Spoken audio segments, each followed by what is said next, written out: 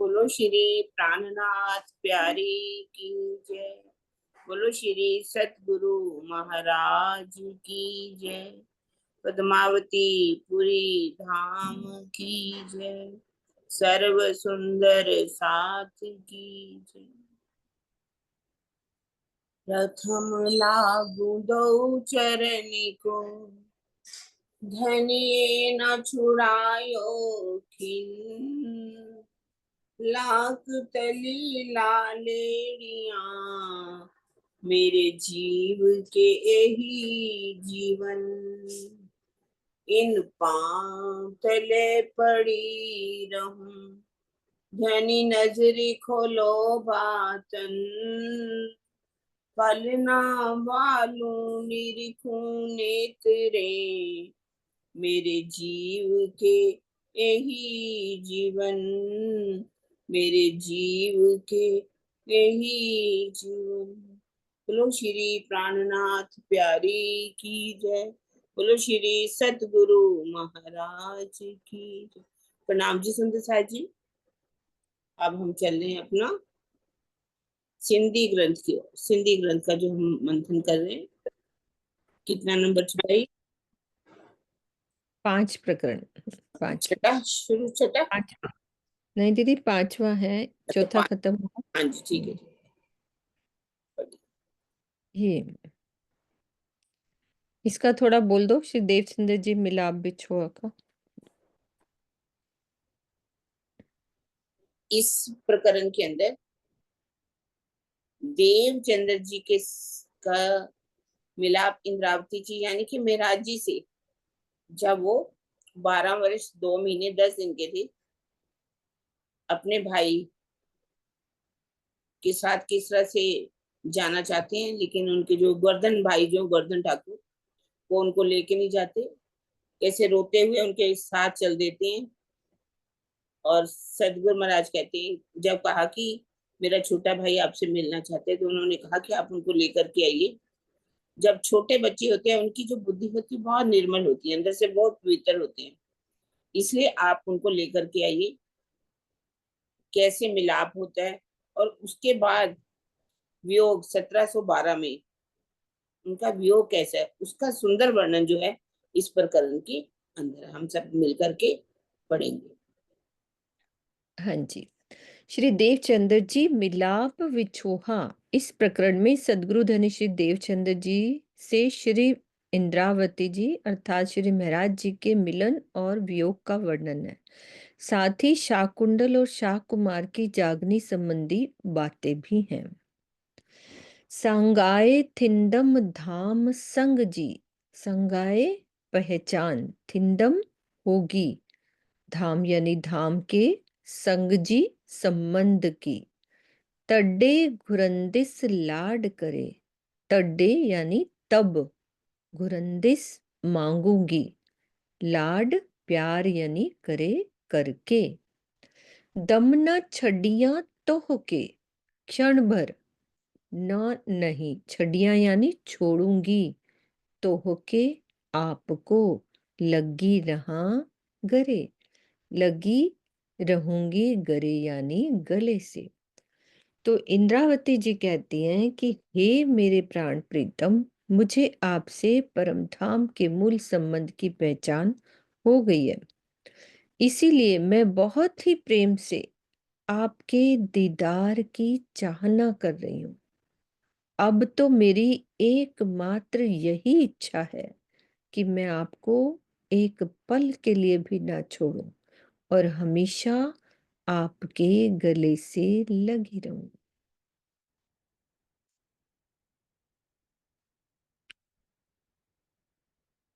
जासी संग न संगाए। जासी यानी जहां तक, संबंध की, संग संबंध की, ना यानी नहीं है, संगाए पहचान, ऊपर भी आया था संगाए पहचान। त रूह केडी संजाए, तहां तक, रूह आत्मा की, त यानी तहां तक, केडी यानी क्या, संजाए वही पहचान है। हे गालियों थियन सब मथियों। हे यानी ये, गालियों यानी बातें, थियन होती हैं, सब संपूर्ण, मथियों ऊपर की, ताकि लाड करे घुराएं, कि कैसे, लाड प्यार करे यानी करके, घुराएं का मतलब होता है मांगूं। जब तक धनी से अपने मूल संबंध की पहचान नहीं होती, तब तक अपनी आत्मा के स्वरूप की पहचान कैसे हो सकती है? तो ये ज्ञान की ये सारी बातें बाह्य होती हैं, यानी ऊपरी होती हैं। जब तक आत्मा इन्हीं में उलझी रहती है, तब तक वो धनी से किस प्रकार प्रेम की मांग कर सकती है? जब तक श्री राज्य से अपने अंग अंगी के संबंध का पता नहीं चलता, तब तक स्वयं के ब्रह्म सृष्टि होने का बोध ही नहीं हो सकता। श्रद्धा, समर्पण और विश्वास से रहित होकर केवल शब्दों की झिकझिक में पड़े रहने से हृदय शुष्क और कठोर बना रहता है। ऐसा हृदय धामधनी से कभी प्रेम की मांग कर ही नहीं सकता। क्या कहना चाह रहे हैं धनी? आशी दीदी। हाँ जी, धनी बता रहे हैं कि पूरी पहचान, अंग अंगी बता दिया ना कि मैं धनी से अलग हूं ही नहीं। जब ऐसी वाली पूरी पहचान होती है तभी तो श्रद्धा समर्पण भी तभी होता है, पहले नहीं होता। श्रद्धा समर्पण जब आएगा, पूरी पहचान होगी, धनी मेरा तो स्वरूप ही आपसे अलग नहीं है, कैसे मैं यहाँ आके आपको और अपने आप को अलग समझ बैठी। तब तो हम्म तब काबिल हो जाएंगे ना, प्रेम का अधिकार तब मिल जाएगा, तब मांगेंगे, उससे पहले मांगेंगे ही नहीं, है ना। हम्म। यही समझ आया मुझे। हाँ, कि शब्दों की झिकझिक मतलब तब वही, जब तक प्रेम ही नहीं है वैसे बोलते जाओ, मैं हाँ, अंगना हूँ, अंगना हूँ, मुझे पता है मैं अंगना हूँ, वो शुष्क बात होने, नहीं बनती है ना। मतलब वाणी केवल ऊपरी ज्ञान से उसी में लगे रहे हैं अपन, तो उससे कोई फायदा नहीं है। जब तक उनको अनुभव नहीं होता है ना उस बात का कि मैं सच्ची धनी आपकी हूँ। आपके बोलना और अनुभव होने में फर्क है। फर्क है। जैसे पहली वाली चौपाई में बोला ना कि मैं बस, मेरी यही एकमात्र, हमारी यही इच्छा होनी चाहिए ना कि मैं आपको एक पल के लिए बिना छोड़ूं और हमेशा आपके गले से इसमें एक लगी। बात और बड़ी बोली, प्यारी बोली थी ना, पहचान फिर आत्मा की पहचान। आत्मा को तभी हाँ पहचान होती है जब गहरा संबंध पता लगता है। एक लाइन हम्म। पहले थी ना, आत्मा से पहले, हाँ हाँ, जब तक यही तो, थी, यही वाली थी। हाँ, मूल संबंध की पहचान हो गई है। अब तो मतलब मुझे मेरी आत्मा को मूल संबंध की पहचान हो गई धन्यवाद से। ये रहा ना, जब तक धनी से मूल संबंध की पहचान नहीं होती, तब तक अपनी आत्मा के स्वरूप की पहचान कैसे हो सकती है? हाँ, ये लाइन ठीक है। ठीक है, चलते हैं आगे। हे सब संजायूं तो हत, संजायूं पहचान, सब यानी संपूर्ण, हे यानी ये, तो यानी आपके हाथ में, हाथ मनी हाथ में, लाड संगाए या संग, संगाए पहचान, या संग यानी या संबंध, कौल फैल या हाल जो, हाल जो यानी रहना, कौल फैल कहनी और करनी और रहनी। तो हथ में नो अंग, नो यानी नो, अंग यानी अंग, तो यानी आपके हथ में यानी हाथ में। हे धामधनी, इस प्रकार सारी पहचान, सारी में क्या आएगा? संबंध तथा निज स्वरूप की कराना आपके ही हाथों में है, अर्थात केवल आप ही कर सकते हैं। अब ये सब आपके ही ऊपर है कि आप हमें प्यार करें, अपनी पहचान दें या अपने साथ रखें। ये तीनों बातें बोल दी, या हमें प्यार करें, अपनी पहचान दें, अपने साथ रखें, हमारी कथनी करनी तथा रहनी, और शरीर के 9 अंग, 5 ज्ञानेंद्रियां और 4 अंतःकरण भी आपके ही अधीन है, हमारी कथनी करनी तथा रहनी। शरीर के 5 ज्ञान इंद्रियां और क्लियर कर दो। बोल दो कोई भी सुंदर सा। शीतल दीदी खुली हुई है, उनको बोल दो, नहीं तो आज। हाँ, ज्योति दीदी बोली। प्रणाम जी दीदी। दीदी पूछना था कि 5 तो कर्म इंद्रिया हो गई, ये ज्ञान इंद्रिया, और 4 अंतःकरण ये ही ना कि जैसे आता है कि कारण, सूक्ष्म, ये, ये 4 आता है कारण, याद नहीं आ रहा है, वो उसको ही कहते हैं ना दीदी। अब क्वेश्चन था हमारा पूछने का, कारण सूक्ष्म। विजय दीदी बोलती है, हाँ बोलती हैं, आपके आंसर शायद दे दें विजय दीदी। जहाँ तक मेरे को दीदी समझ में आ रहा है, ज्ञान इंद्रियां तो ये हो गई हमारी आंख, नाक, कान, मुख, और ये 5 ज्ञान इंद्रियां, और ये 4 अंत मन, चित्त, बुद्ध, अहंकार, ये होंगे ना। अंतःकरण तो ये है, मन अंतकरण चित्त तो यही बुद्धि होने चाहिए अहंकार। ना, मन, चित्त, हाँ बुद्ध और अहंकार। हाँ, यही होने चाहिए। और बाकी ज्ञान के इंद्रियों में आंख, नाक, कान, मुख और मुख, हस्त, ये 5 ज्ञान इंद्रिय जो कर्म। त्वचा त्वचा त्वचा, अच्छा, त्वचा। हाँ तो हाँ जी दीदी, यही है। हाँ जी, 5 ये 4 अंतकरण, चित्त बुद्धि अहंकार, वो 5 हाँ, वो है। ठीक है ना। इंद्रियां है ना, जो बोला जा रहा है वो इंद्रियां, इनके द्वारा ज्ञान होता है शब्द, स्पर्श, रूप, रस, गंध भी। तान मात्राएं में वैसे इनको कहा गया, वैसे जैसे बोलते हैं जुबान से शब्द, स्पर्श, हाँ, रूप, शब्द रंग रस। और तो 4 ये अंत। अच्छा, ये आपके ज्ञान दीदी ज्ञान हाथ होता है ना, ज्ञान। ज्ञान इनके द्वारा ज्ञान होता है, ज्ञान इंद्रिय। अच्छा, ये ज्ञान इंद्रिया, कर्म इंद्रिया वो होंगी जो हाथ पैर वो वाली। हाँ हाँ, हाँ, ज्ञान इंद्रिया शब्द, स्पर्श और रूप, रस, क्या गंध। बोला, रूप, रस और गंध। हाँ, ठीक है। है ना। अब थोड़ा अभी, हाँ मम्मी को मैं खोलती हूँ, एक बार ही कुछ कह रही हैं तो फिर आगे और करते हैं। हाँ जी मम्मी खोलो। वो मैं यही कह रही थी कि 5 जो ज्ञान इंद्रियां हैं, नाक, कान, मुंह, हाथ, ये नहीं, तो ये सारी नहीं, ज्ञान इंद्रियां ये हमारी ये हैं। ये ज्ञान इंद्रिया नहीं है। हैं अभी 5 किरण के द्वारा ज्ञान ज्ञान कौन सा होता है? आंख नहीं। से क्या देखते हैं, कानों से क्या सुनते हैं, नाक से हाँ क्या देखते हैं, हाँ, जीवा से क्या रस लेते हैं, है ना। अच्छा, तो ये ज्ञान ज्ञान इंद्रिया नहीं है। 4 अंतःकरण है, मन, चित्त, अच्छा, बुद्धि और अहंकार।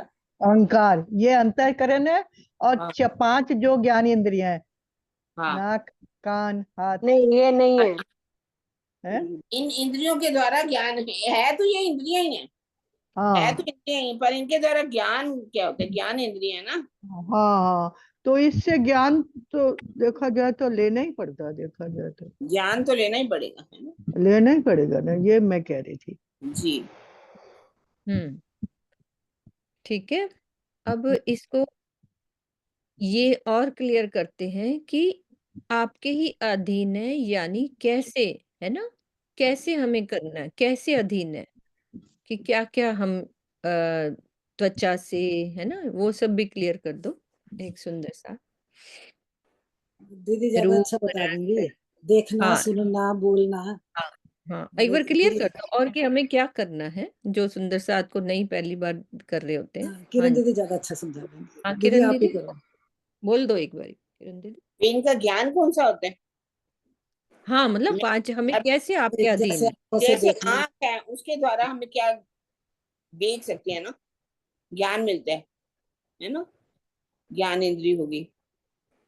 कान है तो कान से हम सुनते हैं, सुनने का ज्ञान मिलता है हमें।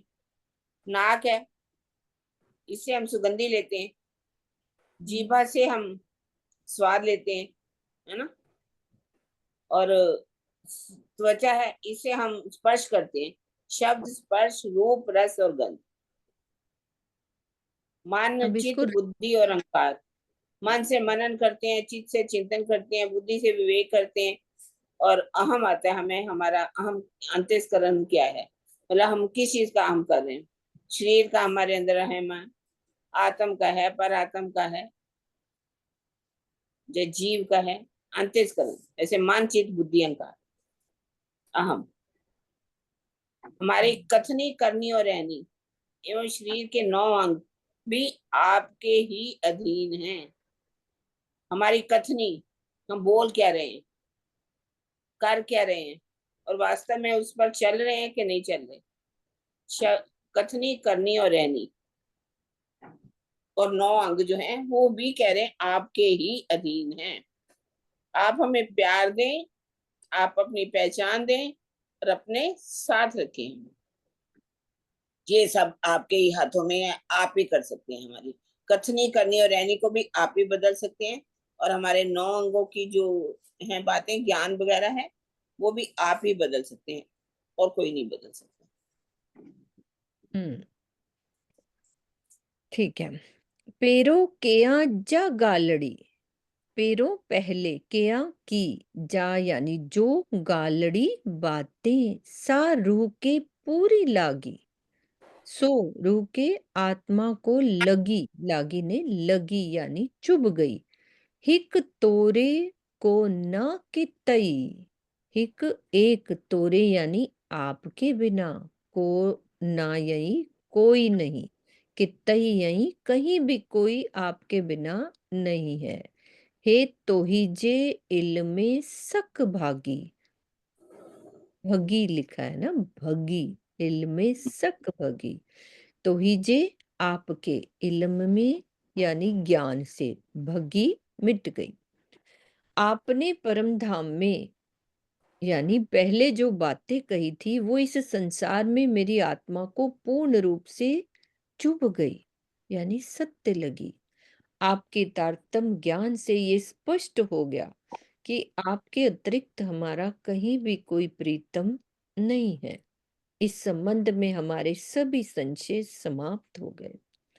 धामधनी ने अपनी अंगनाओं को परमधाम में ही बता दिया था कि तुम जिस संसार में जा रही हो वहां दुख ही दुख है। वहां जाकर तुम मुझे, निज धाम को और स्वयं को भी भूल जाओगी। इस खेल में वो कथन चरितार्थ होता हुआ दिख रहा है। इसीलिए इस चौपाई में ये बात दर्शाई गई है कि परम धाम में धामधनी ने संसार के विषय में जो कुछ कहा था वो अक्षरशः सत्य है।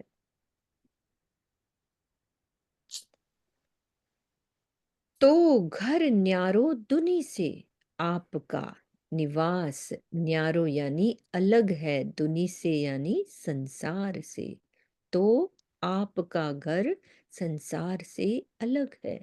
थेयम तो से संग, थेयम हुआ, तो से आपसे, संग यानी साथ। आसमान जिमी जे विच में, आसमान जिमी के यानी जिमी जे यानी पृथ्वी के, मुके तो धारा सब रंज, मुके मुझको, धारा बिना, सब रंज यानी दुख, सब यानी सब। तो आपकी ब्रह्मवाणी से ही मुझे ये ज्ञात हुआ कि आपका जो धाम है इस नश्वर संसार से अलग है। निज धाम में विराजमान आपके स्वरूप से अब मेरा संबंध भी हो गया है। आपके बिना तो मुझे ऐसा प्रतीत होता है कि आकाश और धरती के बीच हर जगह दुख ही दुख है। आपके बिना मुझे ऐसा प्रतीत होता है कि आकाश और धरती के बीच हर जगह दुख ही दुख है। तो पृथ्वी और आकाश के बीच में ही 14 लोक के इस ब्रह्मांड जैसे असंख्य 14 लोक भ्रमण करते हैं। जिस स्वर्ग और बैकुंठ की प्राप्ति के लिए संसार के प्राणी तरसते हैं उनमें भी अक्षरातीत के ज्ञान और प्रेम के बिना सब दुख ही दुख है। घना डिहे घारिम कुफर में, घना बहुत, डिहे यानी दिन, घारिम, घारिम गवाया, घारिम कुफर में यानी झूठी दुनिया में, कर कूड़े से संग, कूड़े से यानी झूठ से, कर यानी किया। कन्ने सुनी संग तो ही जे, कन्ने यानी कानों, सुनी सुनकर, तो ही जे आपके, लगी ना रूह जे संग, लगी यानी चुभी, रूह के आत्मा के अंग यानी अंग में। तो मैंने इस संसार में क्षणिक सुखों में फंसकर बहुत सा समय व्यर्थ में गंवा दिया।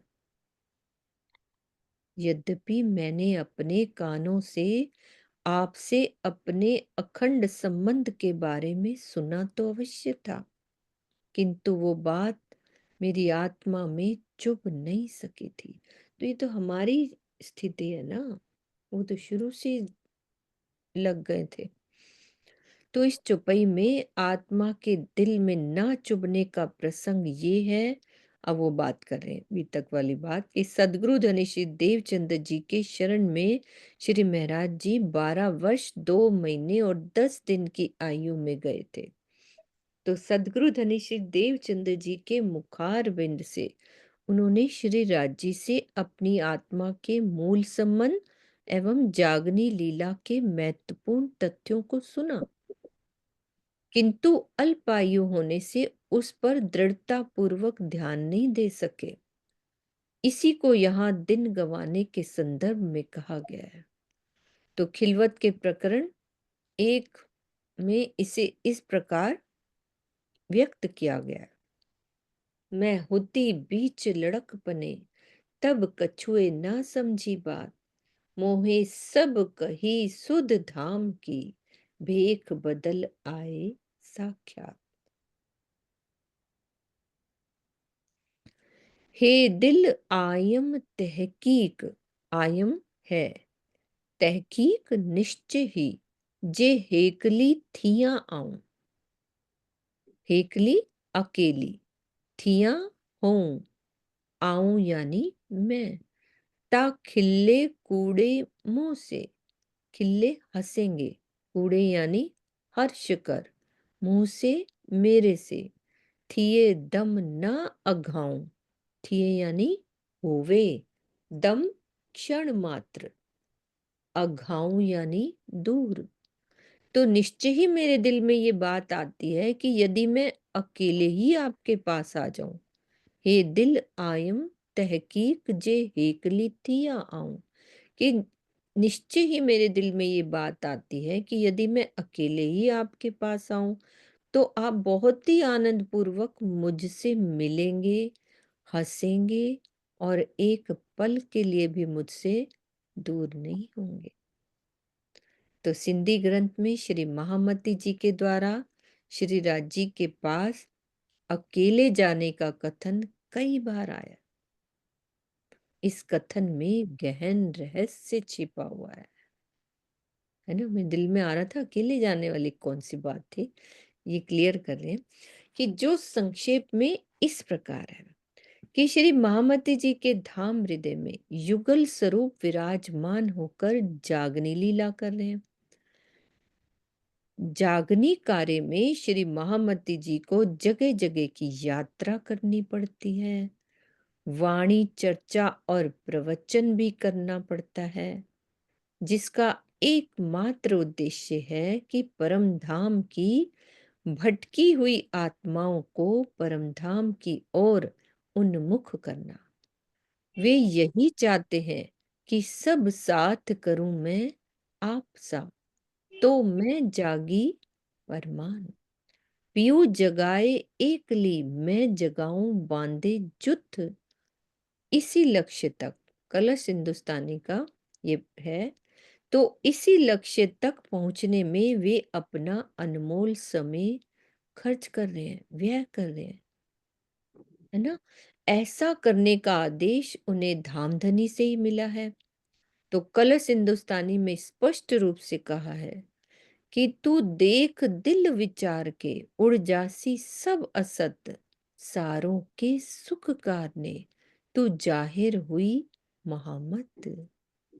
कि यदि श्री महामती जी जागनी कार्य छोड़कर परमधाम में विराजमान जुगल स्वरूप के ध्यान में लग जाते हैं तो एक पल के लिए भी उनका दिल धनी से अलग नहीं होगा, क्योंकि उनके धाम हृदय में युगल स्वरूप स्वतः ही विराजमान है। यद्यपि उनकी आत्मा का दिल पल पल धनी के दीदार और आनंद में डूबा हुआ है, किंतु जीव का दिल उस रस से वंचित है, क्योंकि वो जागने कार्य में लग चुका है। तारतम ज्ञान के प्रकाश में जब जीव भी स्वयं को अंगना मानकर ही धनी को रिझा रहा है, तो ऐसी स्थिति में जीव और आत्मा के बीच ऐक्य स्थापित होने से जीव को भी वही सुख देने की बात आती है। तो पौड़े भेले जागसी भेले कलश हिंदुस्तानी के अनुसार सभी आत्माएं एक साथ परम धाम जाएंगी।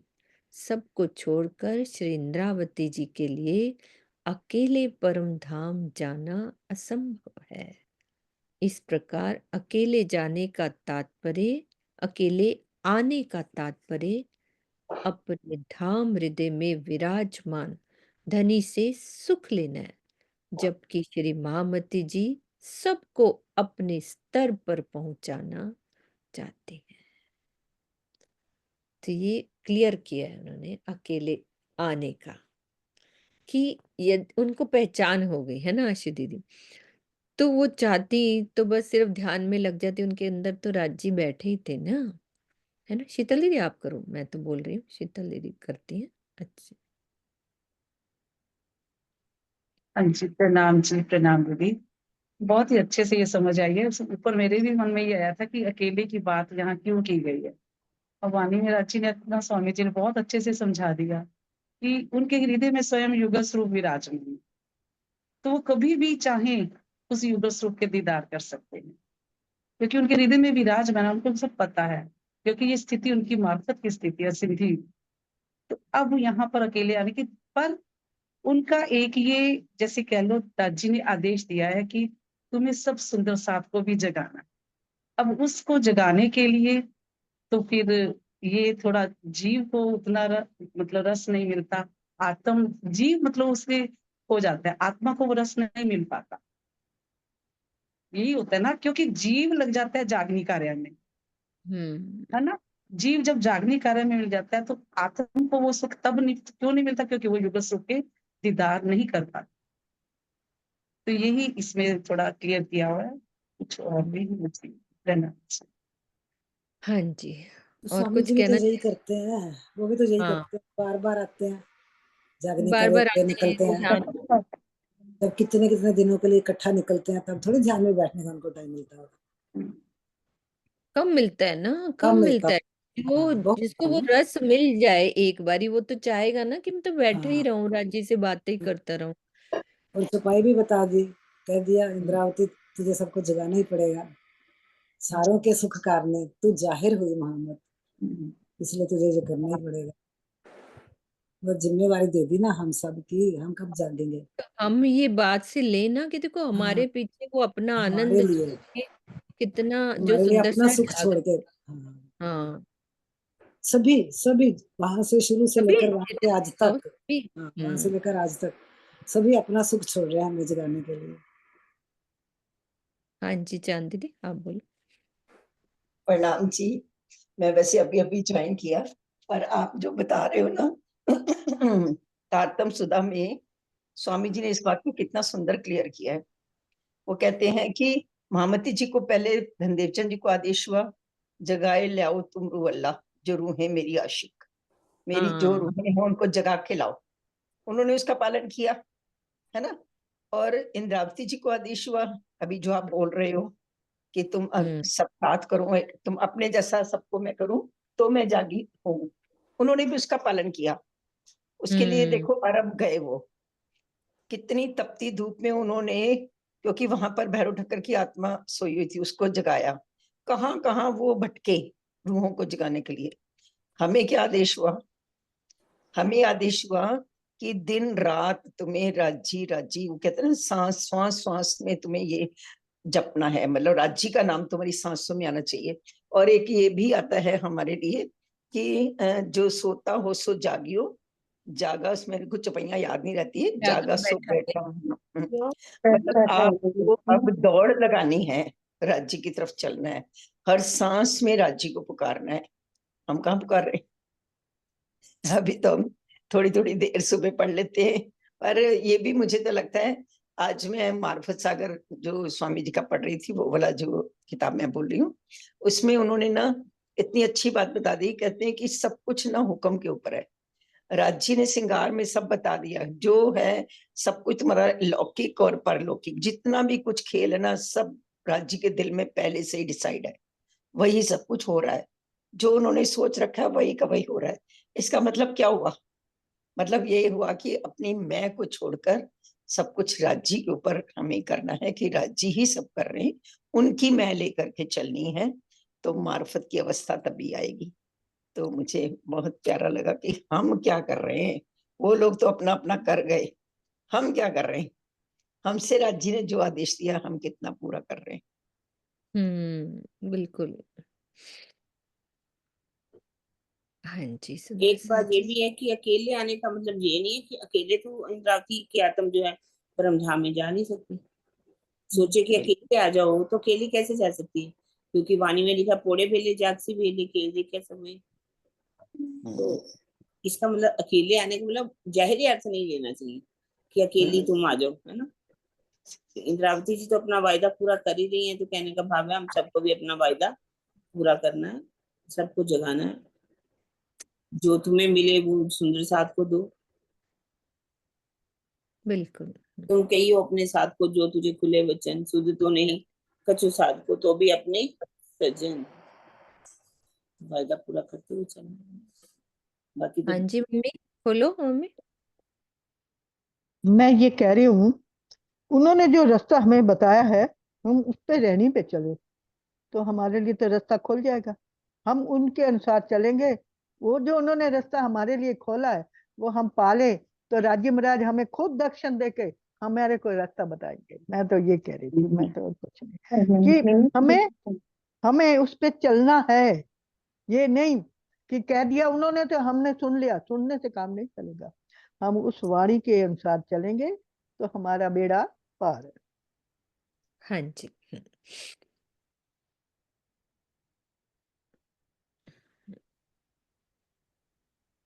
चलते हैं आगे चौपाई में।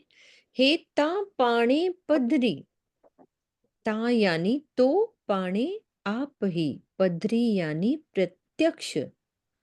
जे आऊं हेकली थिया, थिया यानी हूं, आऊं यानी आऊं, तड्डे की न अच्छे तो दिल में, तड्डे तब, की यानी क्यों, अच्छे आवे, तो यानी आपके, जे आऊं हिनके सुख डिया, हिनके यानी इंद्रावती जी को, इनको, डिया यानी द्यों।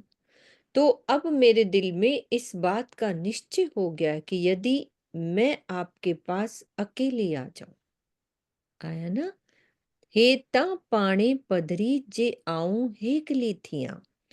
तो अब मेरे दिल में इस बात का निश्चय हो गया कि यदि मैं आपके पास अकेली आ जाऊं तो आप मुझसे आनंद पूर्वक हंसी करेंगे और मैं पल भर के लिए भी आपसे अलग नहीं होंगी। थिया हेकली हिन रंज में, थिया हों, रंज यानी दुख के, रंज में, अच्छा रंज अलग है, में अलग, में यानी बीच में। मथे अब तरे थी भू, मथे ऊपर, अब यानी आकाश, तरे नीचे, थी यानी है, भू यानी पृथ्वी। ई हाल पसा पाहिंजो, ई इस तरह, हाल दिशा, पसा यानी देख कर, पाहिंजो अपना, ताकि छड्डे हेकली मुंह, पाहिंजे अपना, की यानी क्यों, छड्डे यानी छोड़े, मुंह यानी मुझे। तो मैं इस दुखमयी संसार में अकेली हूं, मेरे ऊपर आकाश और नीचे धरती है। मेरी ऐसी अवस्था को देखकर भी आपने मुझे अकेली क्यों छोड़ दिया है? इस मायावी जगत में दुख का भोग प्राय अकेले ही होता है। यद्यपि इंद्रावती जी के साथ परमधाम की सखियां भी हैं, किंतु यहाँ वाहिदत न होने के कारण दुख देखने के प्रसंग में अकेली शब्द का प्रयोग किया गया है।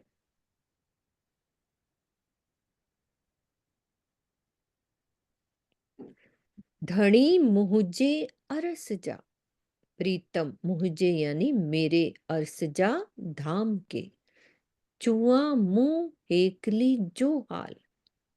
चुआ मतलब कहूं, मुंह यानी मैं, हेकली जो का मतलब अकेली का, हाल यानी वर्णन। जी आऊं गड जी विच दिस, जी यानी जैसे, आऊं यानी आऊं, गड जी मिलकर, विछडिस यानी जो बिछड़ गई है, साकरियां आसे गाल, साकरियां सो करती हैं, आसे आपसे, गाल यानी बातें, बात। तो हुई मेरे धाम धनी, मुझ अकेली इंद्रावती की इस खेल में जो स्थिति है उसका मैं वर्णन करती हूँ कि मैं किस प्रकार आपसे मिली और पुनः बिछड़ गई। उस संपूर्ण बात को मैं आपसे बता रही हूँ, कैसे मिली और कब बिछड़ी। तो ये बातें अब होंगी। आऊं हुईस धनी जे कदमों, हुईस यानी हुई थी, धनी जे प्रीतम के, तड्डे संग न संगाए, संग यानी संबंध की, संगाए पहचान।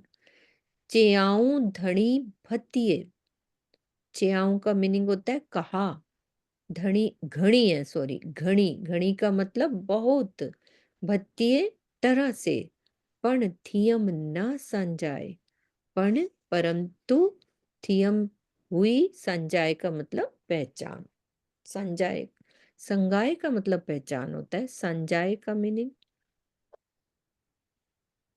ये अर्थ मैंने नहीं लिखा। तो हे मेरे प्राण प्रीतम, जब मैं आपके चरणों में सर्वप्रथम पहुंची तो उस समय आपके प्रति अपने मूल संबंध की मुझे कोई पहचान नहीं थी।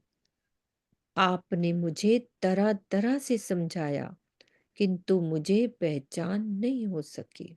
पहचान का मतलब है ये समय, जो ये प्रसंग है उस समय का है जब श्री महाराज जी सदगुरु श्री देवचंद्र जी के चरणों में गए थे। तो हफ्सा से पहले श्री महाराज जी को सदगुरु धनी श्री देव जी चंद्र जी के अंदर विराजमान युगल स्वरूप की वास्तविक पहचान नहीं थी। भले ही उन्होंने बाल बाई जी के सामने उन्हें धाम धनी मान लिया हो। तो श्री मुखवाणी के कीर्तन ग्रंथ में ये कथन इस प्रकार है। मेरे धनी धाम के दुल्हा, मैं कर न सकी पहचान, सो एक मिनट में म्यूट कर रही हूँ बबीता दीदी को। सो मैं रोऊं याद कर कर जो हमारे हेत थे इधर आ, महान। अब एक आएगा सेकंड नहीं। विजय दीदी बंद कर लो। हाँ कर दिया। तो दीदी उस समय पहचान नहीं थी उनको धनी देवचंद्र जी की। ये पहले की बात है ना, जब उन्होंने कहा कि आपको परमधाम दिखाई देता है तो मुझे क्यों नहीं दिखाई देता। कि उस समय उन्होंने पहचान कर ली होती तो ऐसा वो नहीं कहते। लेकिन बाद में ये कीर्तन उतरा ना कि मेरे धनी धाम के दूल्हा मैं कर न सकी पहचान। जिस समय हवसा में गए, हवसा में क्या देखते हैं, कभी श्याम दिखाई देवचंद्र जी दिखते हैं, कभी देवचंद्र जी। सदगुरु कहते अरे मैं तो आपके स्वरूप की पहचान ही नहीं कर सकी, मैंने तो आपको सदगुरु ही मान लिया सिर्फ। जैसे लौकिक, जैसे कि एक सदगुरु होते हैं उस रूप में जाना। अगर मैंने आपकी स्वरूप की अपनी निस्बत की पूर्ण पहचान कर ली होती तो मैं कभी आपसे होड़ नहीं लगाती। इसी लक्ष्य में ये निकला, मेरे धनी धाम के दूल्हा मैं कर ना सकी पहचान, सो रोऊं याद कर कर जो मारे हित के, बाण।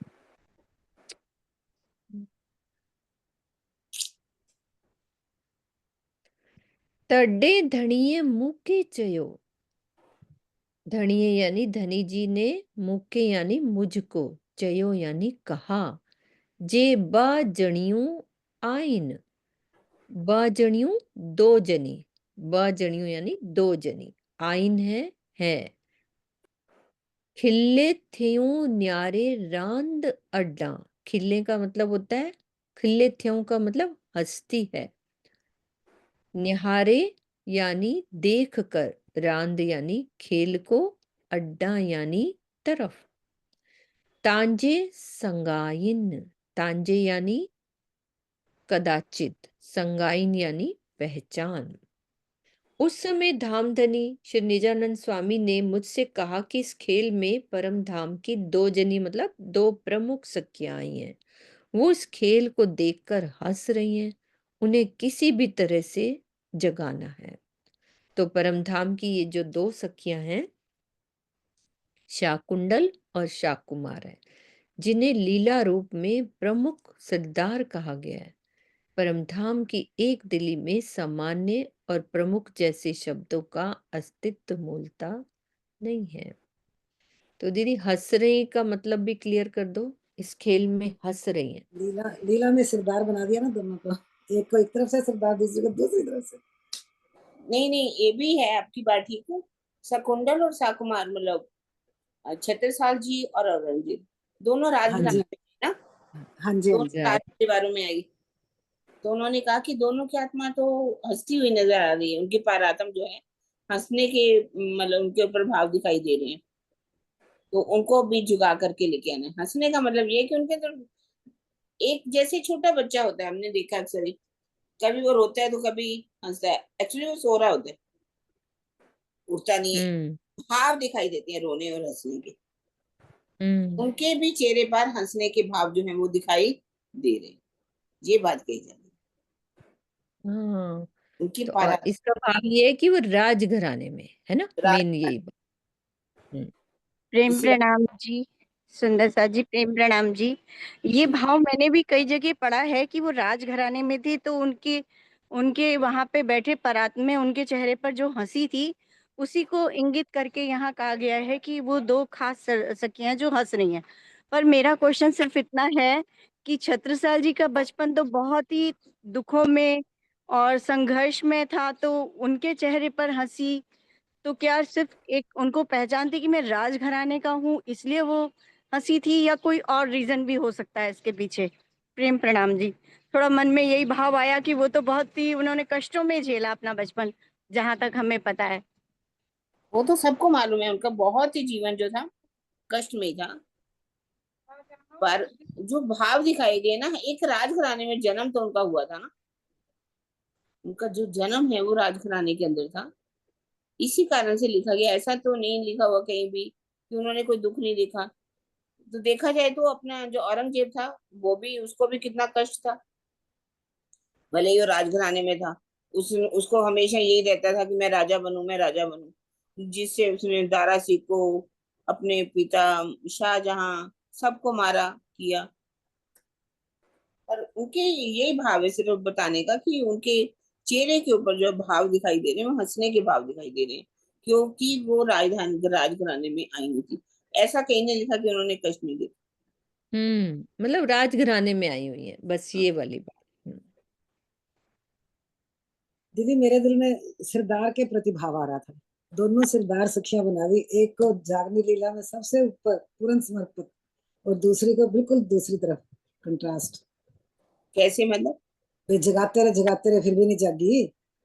हाँ, ये मैं सोच रही हूँ, दो सरदार कही ना, मैं क्या दोनों को जागनी लीला में अलग अलग सरदारी दे दी। हाँ, वैसे जागी, शाकुमार नहीं जागी, क्योंकि ऐसा ना आशा बहन जी, खेल खत्म हो जाता अगर वो भी खेल है जाग ना, जाती तो 6 दिन की लीला कैसे चलती।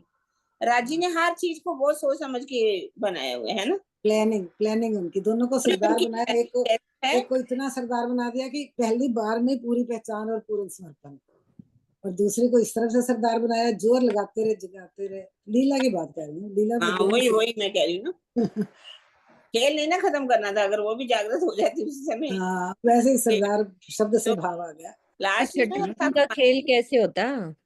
खेल है ना, किसी का नाम तो खेल है। खेल तो चलाना ही था ना। राज्य की लीला, प्लानिंग उनकी जबरदस्त है भाई। बड़ी सच्ची। प्रणाम जी।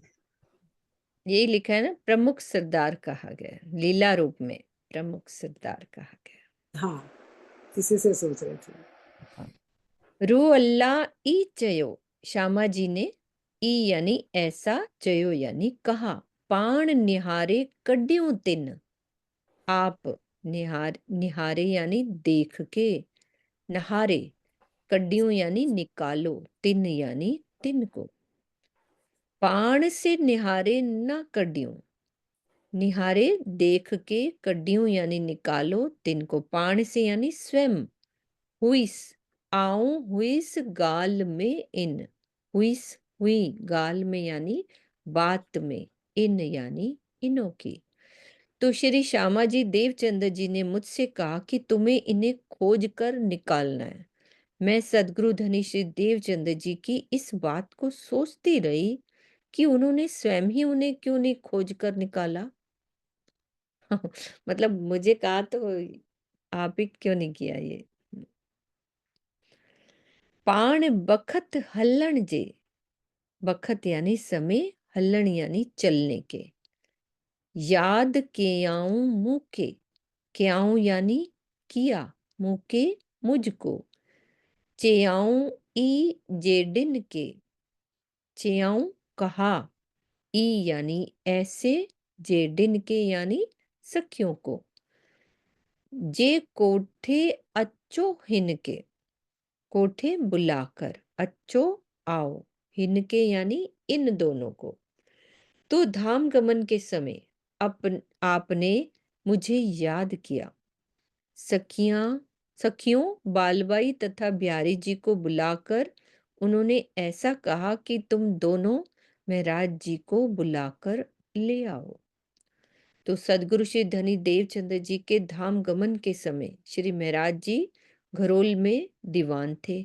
श्री निजानंद स्वामी ने उन्हें बुलाने के लिए बिहारी जी को दरबार भेजा, किंतु बिहारी जी ने वास्तविक बात ना बताकर दवाइयां ही मांगी थी।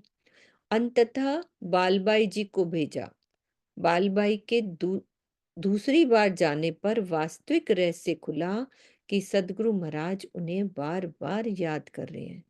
श्री महाराज जी अगले ही दिन श्री कृष्ण जन्माष्टमी को सदगुरु महाराज की सेवा में जामनगर उपस्थित हो गए। अच्छा, ये दिन था, अगले ही दिन। ओके।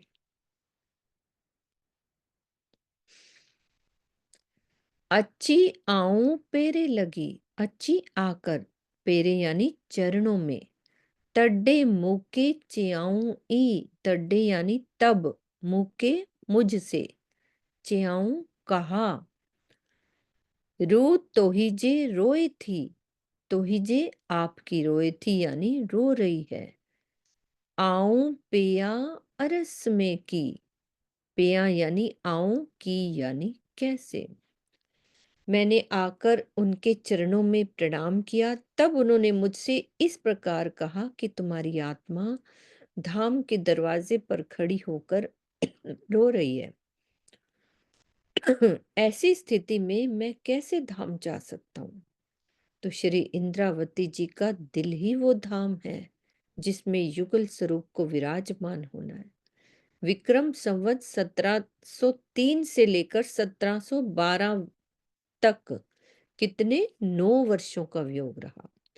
तो ऐसी अवस्था में श्री महाराज जी की व्यथित हृदय में युगल स्वरूप कैसे विराजमान हो सकते हैं।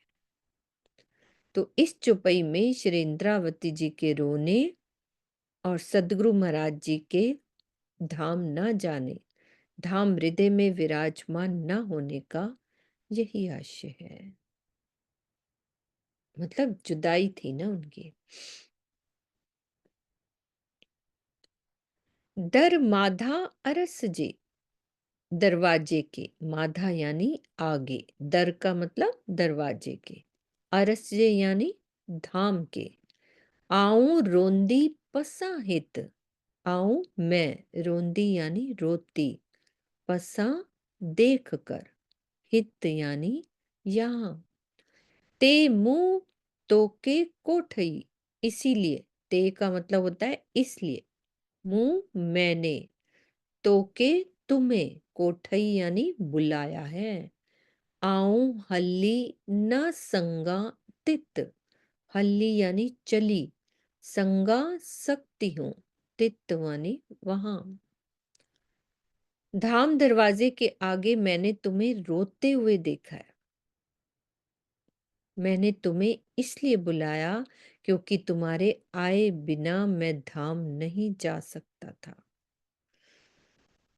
तो इस चुपई में ये जिज्ञासा होती है कि यदि श्री इंद्रावती जी का दिल ही धाम है, तो जिसमें युगल स्वरूप को विराजमान होना है, तो धाम दरवाजा क्या है जिसके आगे श्री इंद्रावती जी के रोने की बात कही गई है।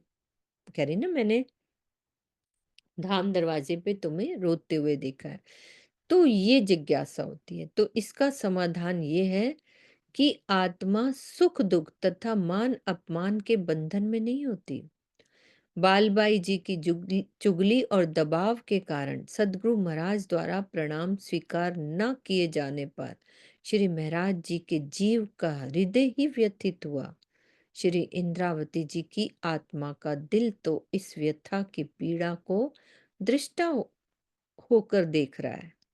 तो इस प्रकार श्री महाराज जी के जीव का दिल ही वो द्वार है जिसके माध्यम से आगे श्री इंद्रावती जी के रोने की बात कही गई है। अपने सदगुरु स्वरूप धाम धनी के विरह में श्री इंद्रावती जी के जीव का दिल जिस पीड़ा का अनुभव कर रहा है, आत्मा भी दृष्टा होकर इस लीला को देख रही है। जीव और आत्मा की अंगना रूप में एक भावना होने के कारण जीव की रोने की प्रक्रिया को आत्मा के साथ जोड़कर वर्णित किया गया है। तो दूसरे रूप में इस प्रकार भी कहा जा सकता है कि सदगुरु धनी श्री देवचंद्र जी ने शाकुंडल तथा शाकुमार की परात्म को हंसते हुए वर्णित किया है, क्योंकि इनकी सुरता राजघराने में उतरी थी और अभी तक दुख की लीला को नहीं देख सकी थी। तो बीतक में ये प्रसंग इस प्रकार वर्णित है। ये वाली बात यहाँ ये क्यों लिखी है, ये रोने वाली बात तो यहाँ तक खत्म हो गई ना, है ना शीतल दीदी, बोलो। दीदी यहाँ पे ये बात बताइए ना, जैसे क्लियर किया है। हाँ जी, जैसे ऊपर इन्होंने शकुंतल और शाकुमार के हंसने की बात को क्लियर किया है, भी वो हंस क्यों रही थी और इंद्रावती रो क्यों रही थी, क्योंकि वो यहाँ पे दुखी थी इस बात से, क्योंकि उनका वियोग था धनी सतगुरु देवचंद्र जी से।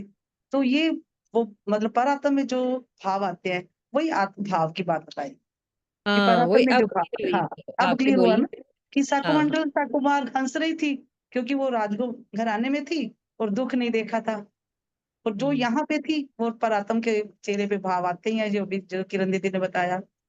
अब कितना अच्छा इंद्रावती, बताया किरण दीदी ने। छोटा बच्चा भी घर में पैदा हुआ है ना, उसको देखती हूँ ना, सोते सोते कभी हंसने लग जाता है, कभी रोने लग जाता है। तो भाव जो चेहरे पे आते हैं ना, वो वाली बात अब क्लियर हो गई ये वाली बात। वही हो गया ना, जो आत्म जहाँ अनुभव करेगी वो भाव आएंगे, भाव आ जाएंगे, है ना। तो ये कहते हैं देखो एक एक अंग तुम्हारा आत्म का हाँ, भी खड़ा हो जाएगा। खड़ा हो जाएगा। तो वो भाव यदि यहाँ पे सुख लेंगे तो वो आत्म भी वहां तो पर पर आत्म भी आत्म के चेहरे पे वो भाव आएगा, भाव आ जाएंगे। तो वो जगना ही तो है ना, उसी को उसी कहते हैं को ना, पर जगना आत्म कहते के अंग खड़े हो जाएंगे। हैं। हाँ, उसी को जगना कहते हैं। तो साकुंडल साकुमार ढूंढन की एकांत होई सुनाई बात, मूल स्वरूप उनके हसत है ओ खेल में है अपनी जात। तो बीतक साहब की ये चुपई है। इसे इस दृष्टांत द्वारा समझा जा सकता है कि जिस प्रकार किसी बिच्छू के डंक मारने पर पीड़ा से तड़पने वाले व्यक्ति को देखकर उसका निकटवर्ती व्यक्ति भी द्रवित हो जाता है, उसी प्रकार जीव की सुख दुख से भरी लीला को देखकर आत्मा और परात्मा भी कुछ द्रवित सी हो जाती है। इसे ही संसार की भाषा में हंसना या रोना कहा गया है। वस्तुतः अपने शुद्ध स्वरूप में जीव भी कुटस्थ दृष्टा ही है। वो तो अपने अंतःकरण के माध्यम से सुख दुख और मान अपमान को दृष्टा होकर देखा करता है। मुझे बहुत डिटेल समझा देते हैं। हाँ, पहले एक तो एक बताया ना, आत्म दृष्टा कहते हैं जीव भी दृष्टा है अपने शुद्ध स्वरूप में। अंदर वो से। अपने हाँ, अंतःकरण के माध्यम से, इंद्रियों के माध्यम से जो करता है उसका असर होता है, इसलिए उसको एक भी वही फीलिंग होती है। तो जीव मन चित्त बुद्धि अहंकार से जल्दी वो प्रभावित होता है। हाँ हाँ बिल्कुल। बस इस प्रकार श्री महाराज जी के जीव के साथ घटित होने वाली विरहा, अपमान और मिथ्यारोपों की पीड़ा से आत्मा तथा परात्म के दिल का भी द्रवित होना स्वाभाविक है ना? जब परात्म का दिल इस लीला से द्रवित हो रहा है तो उसकी सुरता रूप आत्मा के धाम हृदय में युगल स्वरूप विराजमान होकर कैसे लीला कर सकते हैं? तो धाम दरवाजे पर रोने का भी यही भाव है। तो दरवाजे का तात्पर्य यहाँ लौकिक द्वार या रंग महल के द्वार से नहीं है, बल्कि वो वस्तु यानी जीव का दिल जिसके माध्यम से परात्म का दिल दुख सुख का अनुभव कर सके, द्वार कहलाता है। श्री मुखवाणी और बीतक में से इन शब्दों में दर्शाया गया है। मोहे चलते बखत बुलाए के जाहिर करी रोशन, धाम दरवाजे इंद्रावती ठाड़ी करे रुदन। तो ये चुपई है। मैं बैठ न सको धाम में, तहां इनको रोवती देख, तिस वास्ते मैं तुमको बुलाया कर विसेख। है ना? क्लियर होगी ना अब ये वाली बात?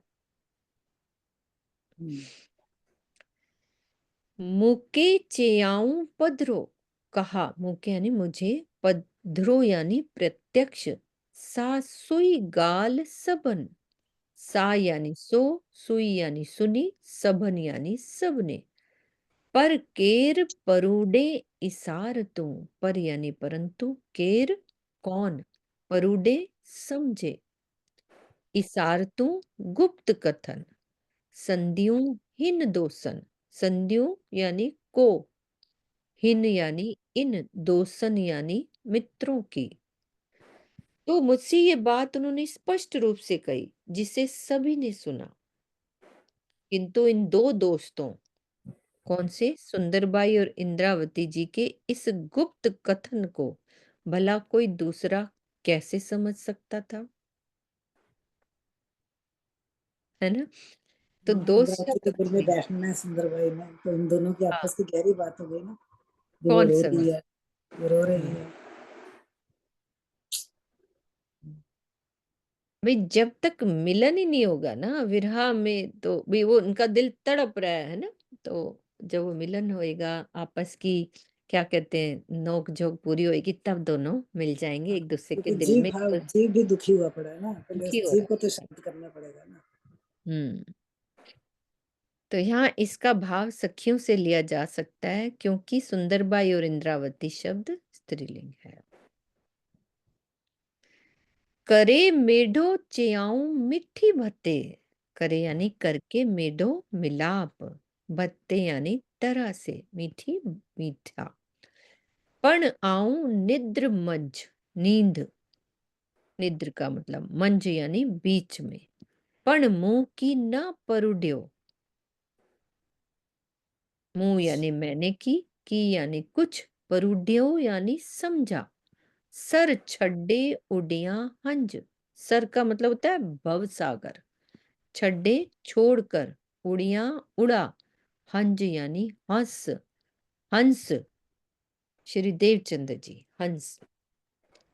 मुझसे मिलकर उन्होंने परमधाम की बहुत सी मीठी मीठी बातें की, परंतु मैं माया की नींद में थी, इसलिए कुछ भी समझ नहीं पाई और संसार रूपी सरोवर को छोड़कर हंस रूप सदगुरु अंतर्ध्यान हो गए। ये क्लियर है?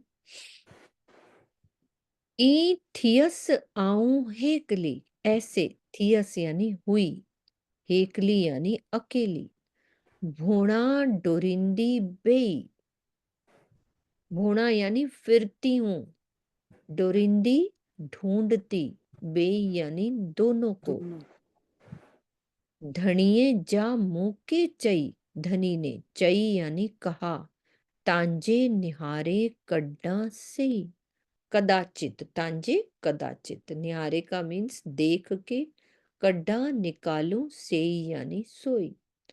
तो इस तरह मैं अकेली हो गई और उन दोनों को ढूंढती फिरी, वही शाकुंडल और शाकुमार को। धामधनी ने मुझे उनके बारे में कहा था, इसलिए मैंने सोचा संभवतः मैं उन्हें खोज निकालूं, कि मैं अकेली हो गई है ना, और उन दोनों को ढूंढती रहेगी, वो मिल जाए, है ना। एक चुपे और ले लेते हैं सुंदर सा जी। डोरिंदे जे लाधिम, डोरिंदे ढूंढने से, लाधिम मिली, अरवा कई हजार, मतलब उनको ढूंढते ढूंढते कई हजार मिल गई आत्माएं। किन जानियो घर नूर जो, कितनों ने, जानियो यानी जाना, नूर जो यानी अक्षरधाम को, के नूर घर पार, कितनों ने, के यानी कितनों ने, पार यानी परे, परम धाम। तो खोजने पर हजारों आत्माएं मिली, इनमें से कुछ ने अक्षरधाम को तो कुछ ने परम धाम को अपना घर माना, अर्थात कुछ ईश्वरी सृष्टि थी तो कुछ ब्रह्म सृष्टि थी। ईश्वरी सृष्टि कौन थी, वो भी क्लियर कर दो। ढूंढने पे मिली ना उनको, तो बीतक में आता है ना, किरण दीदी बोलेंगे। इससे कई, जैसे हर्षी व्यास का नाम आ जाता है कि जिनका जितना अंकुर था, है ना। और भी कई नाम आते हैं जिनका जितना अंकुर था, पर हम ये भी नहीं कह सकते। अब जैसे कि 5,000 की ब्रह्म परमधाम की आत्माएं कहा गया, वैसे उनमें से 500 ही सिर्फ ब्रह्म शिष्य थी, 1500 शिष्य थी, है ना। 2,000 होगी, 3,000 तो जीव शिष्य थी। मतलब उनको कहना था, कहने का मतलब है कि जो आत्माएं मिली खोजने पर भी, उनमें से कुछ ईश्वरी सृष्टि थी, कुछ परमधाम की ब्रह्म सृष्टि थी, और कुछ जीव सृष्टि थी। हाँ, ये वाला ऐसा नहीं एक एक गिन के तो हम नहीं बता सकते ना। नहीं नहीं, मैं वैसे कह रही हूँ थोड़े कि हम नाम क्लियर दिए, कर दिया अभी तक का प्रसंग आपने। बीता के प्रसंग से कुछ नाम दिए उन्होंने, जितना जिनका अंकुर उतना ही उतना उन्होंने सुख लिया, है ना। हाँ, ये लिखे भाव सिंह की भी बात, जितना उनका अंकुर था वो भी अक्षरधाम तक ही जा सका, आगे तो नहीं जा सका। एक वो जिसकी पाग उतर गई थी, तू ही नहीं कह के वो पानी में चले गए पानी थे। वाला तू ही तू वही आया सबको याद। पर तो वही मेरे दिल में आ रहा था, जो 2-3 आते हैं बीतक में प्रसंग। अकोट के परगने बराड़ का गुमास्ता, हाँ वो वाला, वही तो, ये बीतक के प्रसंग है ना। दीदी को याद रखते हैं ना, तो दीदी बता हाँ, वही देते तो, तभी तो दीदी पूरा हाँ, दीदी अंदर बता देते हैं ना हमें, उसी को याद कर रही थी मैं भी, राज दीदी ने भी लिखा। हमें थोड़ा सा दिमाग में हिंट रह जाता है बस। हाँ, वो हिंट ही रहता है बस, कि दिमाग में प्रसंग याद आ जाता है वो वाला। ठीक है, चौपाई दोहराते हैं। डोरिंदे जी लधिम, अरवा कई हजार, किन जानियो घर नूर जो, के नूर घर पार, के नूर घर पार। बोलो श्री प्राणनाथ प्यारे।